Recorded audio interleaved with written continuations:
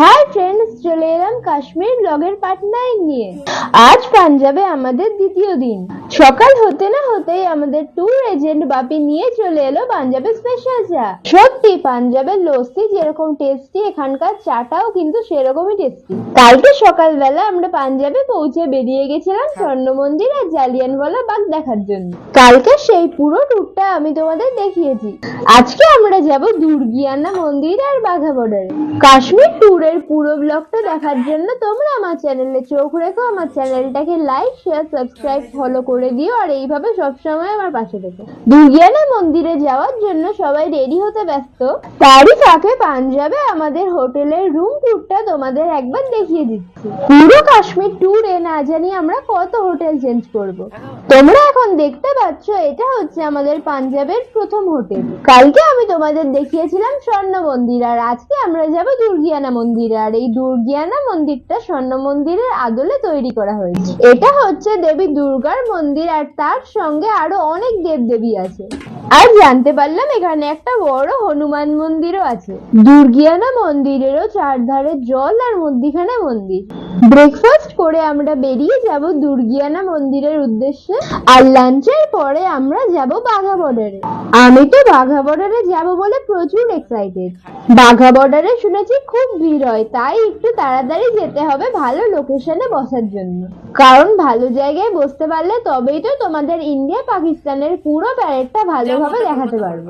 আমাদের হোটেলের ব্যালকনির থেকে ভোরবেলার পাঞ্জাবের ভিউটা দেখো, কত সুন্দর দেখতে লাগছে। সকাল হতে না হতেই দেখো আঙ্কেলরা নান আর কুলচে স্টল রেডি করছে।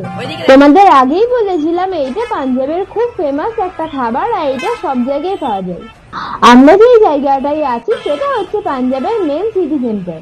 এই জন্য এই জায়গাটায় সবসময় প্রচুর টুরিস্ট থাকে আর প্রচুর ভিড়। চলো এবার তোমাদের টিদের রুমে নিয়ে যাই।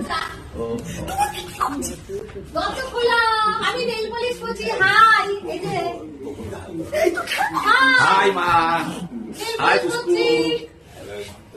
দুষ্টু বনগাটি সব সময় তুমি এই জি আলো দেখো আমার বুকটা খুলে রেখেছি।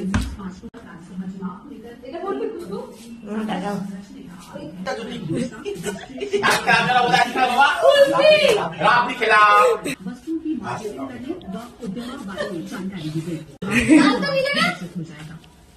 रात वाला को ভালো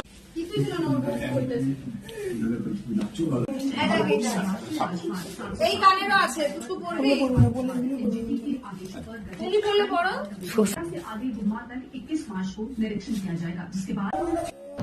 এই চাবির রিংটা তোমাদের কেমন লাগছে? नाम की दादा भाई কি নামের? इनको ভালো বলো। কালকে স্বর্ণ মন্দিরের সামনের মার্কেট থেকে আমরা কিছু জিনিস কিনেছিলাম। তার মধ্যে দাদা ভাই ওর পছন্দের এই চাবি রিংটা কিনেছিল।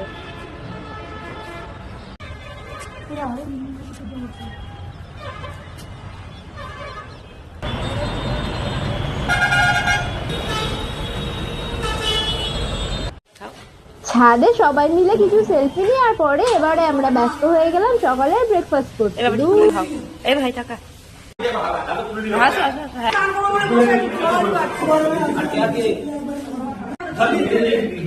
সকালের ব্রেকফাস্টে ছিল লুচি আলুর দম।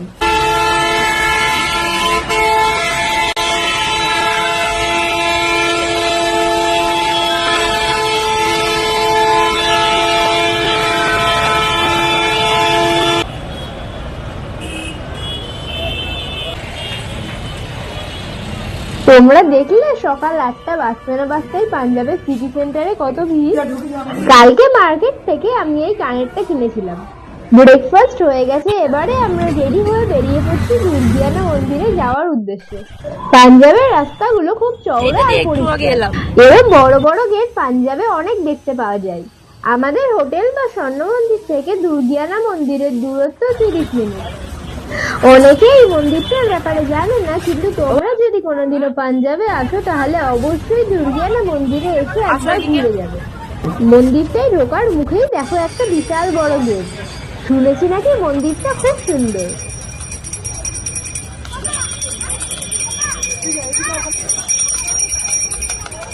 এই যে ঘন্টার আওয়াজটা পেলে, এটা কিন্তু মন্দিরের ঘন্টার আওয়াজ নয়, এটা হাওয়াই মিঠাই বিক্রি করছে। মন্দিরে ঢোকার মুখেই খুব সুন্দর সুন্দর ফটোশুট করার জায়গা আছে। কি এটা ভেতর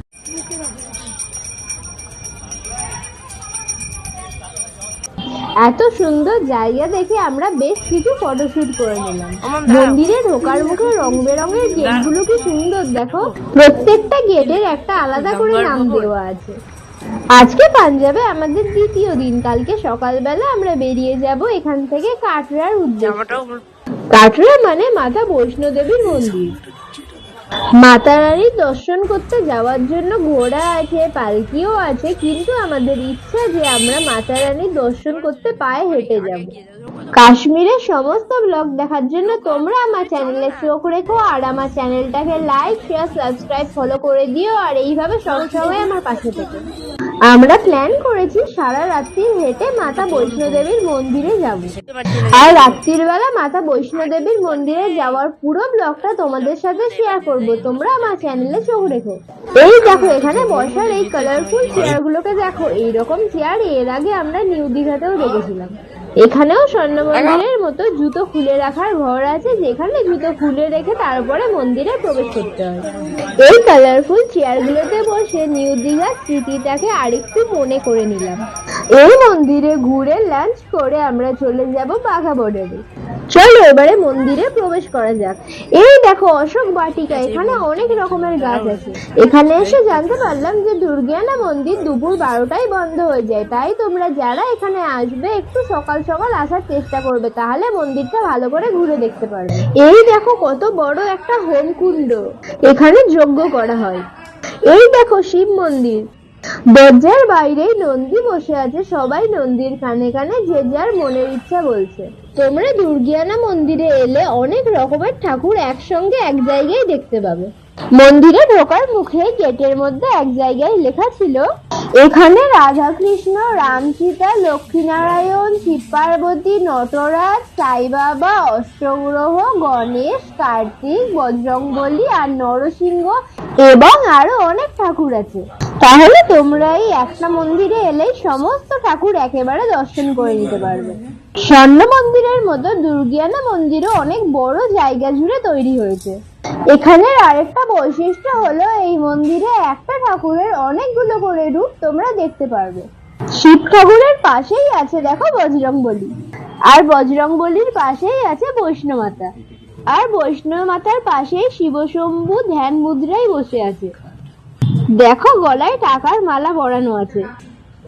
আবার এর পাশেই দেখো লক্ষ্মী নারায়ণ, শিব পার্বতী, নটরাজের পেতলের মূর্তি রাখা আছে। এর আগে তোমাদেরকে আমি দেখালাম কালো পাথরের শিবলিঙ্গ, আর এবারে দেখো এটা হচ্ছে সাদা পাথরের শিবলিঙ্গ। এখানকার মন্দিরের পরিবেশটা একদম অন্যরকম, যে যার মতো আসছে, ভক্তি ভরে ঠাকুরের পুজো করছে, আবার চলে যাচ্ছে। এর পাশেই এক জায়গায় দেখলাম ভগবত গীতাকে পুজো করা হয়েছে। এর পাশেই দেখলাম একটা গাছকে পুজো করা হয়েছে, আমি তো জানি না এটা কি গাছ। গাছের সামনে আবার দুটো খড়মকেও ফুল দিয়ে পুজো করা হয়েছে। গাছের গায়ে সবাই নিজের মনের ইচ্ছা জানিয়ে তেল সিঁদুর দিয়ে পয়সা আটকে দিয়েছে। দেখো কত পয়সা আটকানো আছে। একটা মন্দির থেকে বেরিয়ে আমরা আবার যাচ্ছি অন্য একটা মন্দিরে। আমরা একটু তাড়াতাড়ি করছি, কারণ 12টায় মন্দিরটা বন্ধ হয়ে যাবে, আর এত বড় মন্দিরটা ঘুরতে আমাদের অনেকটাই টাইম লাগবে। सूरत सेवादार सूरत टुटुल सेवादार चिनवट टुटुल जहाँ कहीं এটা হচ্ছে বৈষ্ণো মাতার দরবার। এটা হচ্ছে বৈষ্ণো মাতার পাবন জ্যোতি। এই জ্যোতি সবসময় জ্বলতে থাকে।